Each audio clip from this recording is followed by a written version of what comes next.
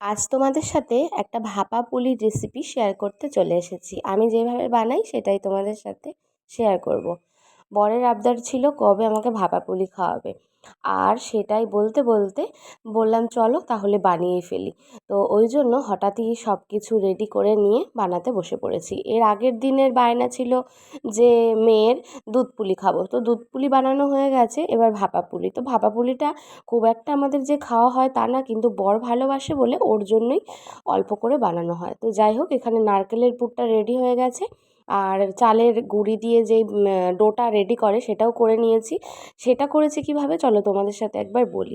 কড়াইতে জল দিয়েছি পরিমাণ মতন, মানে যতটুকুনি তোমরা ডো বানাবে ঠিক সেই অনুযায়ী জল নেবে। জলটা ভালো করে যেই ফুটে উঠবে টকবক করে, ওর মধ্যে সামান্য পরিমাণে একটু লবণ দিয়ে দেবে। দিয়ে তারপর অল্প অল্প করে চালের গুঁড়ি দেবে আর নাড়াচাড়া করতে থাকবে। দিয়ে দেখবে সুন্দর একটা ডো তৈরি হয়ে গেছে, একদম নরম নরমভাবে নাবিয়ে ফেলবে। নাবানোর পর তারপর আমরা যে রুটি বেলি, সেই বেলনি চাকিতে সুন্দর করে অল্প অল্প চালের গুঁড়ো দিয়ে যেমন করে আটা মাখি ঠিক তেমনিভাবেই কিন্তু মেখে নেবে। একটু নরম নরম করে মাখবে, আর তারপর একটা জায়গায় ঢাকনা দিয়ে আটকে রেখে দেবে, যাতে ওই চালের গুঁড়োটা শক্ত না হয়ে যায়, যে ডোটা আমরা রেডি করেছিলাম, কেননা হাওয়া লাগলে না ওটা শক্ত হয়ে যায়।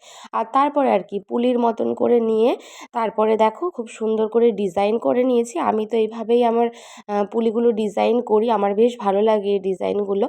আর যে পুলিটা রেডি করলাম সেটা তো তোমাদেরকে দেখিয়ে দিলাম, একটা ওই বাটি মতন আকারে করে ওর মধ্যে পুর দিয়ে দিয়েছি, নারকেলের পুর। তোমরা চাইলে সন্দেশও দিতে পারো, সন্দেশ দিয়েও ভালো লাগে, কিন্তু এই পুলির যে পিঠেটা সেটা কিন্তু নারকেল দিয়েই বেশি ভালো লাগে। আর ভাপা পুলি তো বিশেষ করে আরোই ভালো লাগে নারকেল দিয়ে। সেটা নলেন গুড় দিয়ে, যেটা পাতলা নলেন গুড় হয় সেটা দিয়ে ডুবিয়ে খেতে খুব ভালোবাসে আমার বর।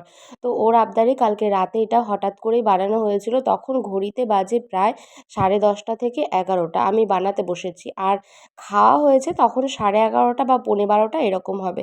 আর দেখো, আমরা যেমন স্টিম করি মোমো ঠিক তেমনভাবেই, আমার তো আর স্টিম কুকার নেই, ওই জন্য আমি এরকম একটা সসপ্যানের মধ্যে জল দিয়ে তারপরে ওই ছিদ্র ছিদ্র থালা দিয়ে তার মধ্যে কিন্তু পুলিগুলো দিয়ে দিয়েছি। দিয়ে 5 থেকে 7 মিনিট আমি ভাপা দিয়ে করে নিয়েছি, আর দেখো কত সুন্দর রেডি হয়ে গেছে, নরম আর সফট হয়েছে। তো কেমন লাগলো ভিডিওটা অবশ্যই জানিও।